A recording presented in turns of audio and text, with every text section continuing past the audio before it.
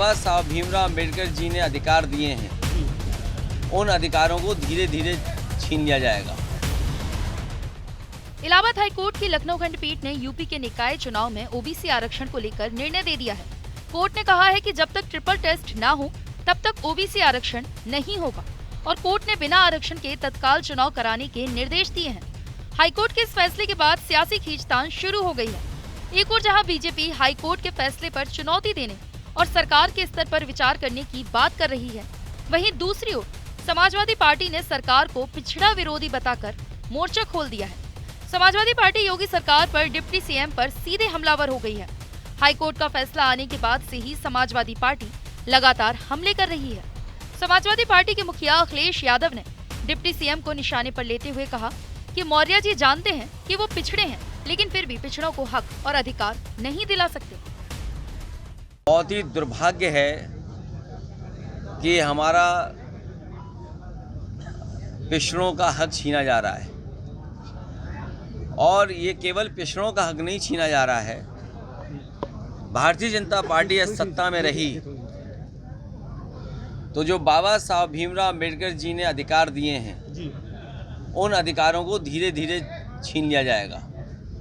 अभी कुछ चीज़ें दिखाई दे रही हैं और कुछ चीज़ें नहीं दिखाई दे रही हैं। भारतीय जनता पार्टी हमेशा आरक्षण विरोधी काम किए उसने।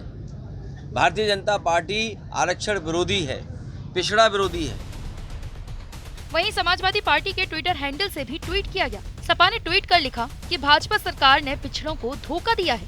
भाजपा की बाबा साहब भीमराव अंबेडकर के दिए गए संविधान को खत्म करने की साजिश की जा रही है। साथ ही सपा के राष्ट्रीय महासचिव रामगोपाल यादव ने लिखा कि उत्तर प्रदेश की 60% आबादी को आरक्षण से वंचित किया गया। ओबीसी मंत्रियों के मुंह पर ताले लग गए हैं।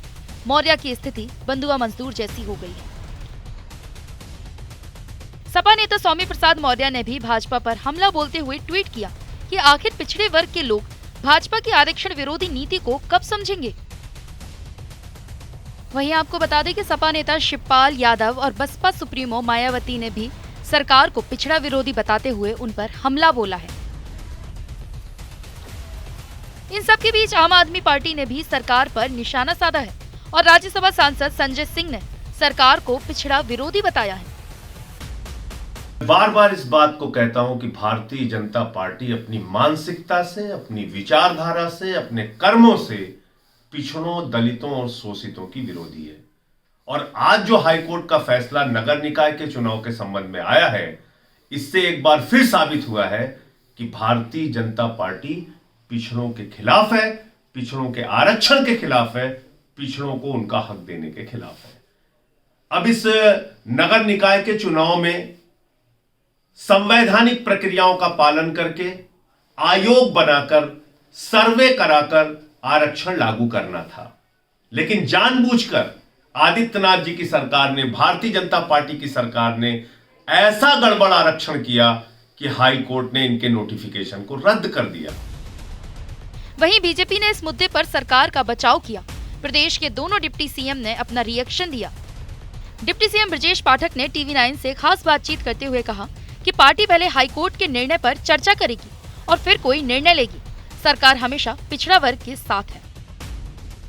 माननीय न्यायालय का जो अभी निर्णय है उसकी प्रति हमें मिलते ही हम उसका परीक्षण करा रहे हैं। परीक्षण कराने के बाद हम कुछ कह पाएंगे। अभी फिलहाल स्थिति ये है कि आदरणीय प्रदेश अध्यक्ष जी के साथ हम लोग बैठेंगे और न्यायालय का जो निर्णय है उसकी समीक्षा करने के बाद ही कुछ कह पाएंगे। सर, विपक्ष कह रहा है कि आप लोग हमेशा से विपक्ष पूरी तरह से डिरेल्ड है, उनको पता ही नहीं है। भारतीय जनता पार्टी हमेशा ओबीसी समाज के भाई बहनों के साथ है, एससी समाज के भाई बहनों के साथ है। आदरणीय प्रधानमंत्री नरेंद्र मोदी जी की अगुवाई में हम पूरी तरह से मजबूती के साथ ओबीसी और एससी समाज के भाई बहनों के साथ खड़े हैं। वहीं केशव प्रसाद मौर्य ने लिखा कि परामर्श के बाद सरकार के स्तर पर अंतिम निर्णय लिया जाएगा, लेकिन पिछड़े वर्ग के अधिकारों को लेकर कोई समझौता नहीं किया जाएगा।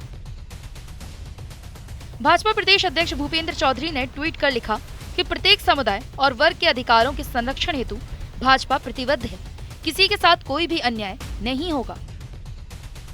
फिलहाल पक्ष और विपक्ष के आरोप प्रत्यारोप का दौर जारी है। अब देखना होगा कि सरकार का इस पर क्या रुख होता है।